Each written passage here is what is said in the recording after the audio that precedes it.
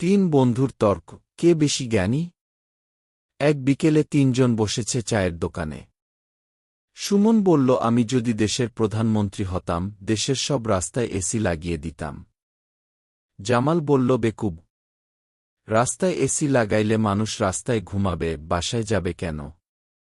রফিক বলল, আরে ভাই, আমি হলে তো আকাশে ফ্যান ঝুলাই দিতাম। গরমে এই সমস্যার মূল। সুমন বলল, আর আমি সব গরুরে জিপিএ 5 দিতাম।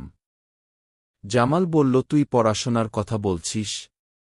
তোর তো নামের বানানই ভুল।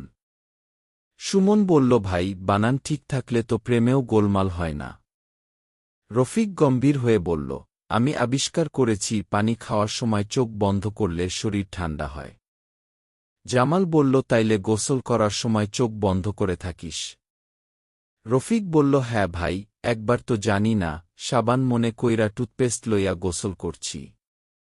তিনজন একসাথে হাসতে লাগল। পাশের টেবিল থেকে এক বুড়ো উঠে এসে বলল, তোমরা কি বিজ্ঞানী নাকি ভবিষ্যৎ বিরাট সমস্যা? সুমন উত্তর দিল, আমরা বিজ্ঞানী না, কিন্তু আমাদের চিন্তা শুনলে বিজ্ঞানীদের ঘুম হারাম হয়। শেষে তিনজন বলল, আমরা একদিন দেশ চালাব, তবে অবশ্যই হেলমেট পরে।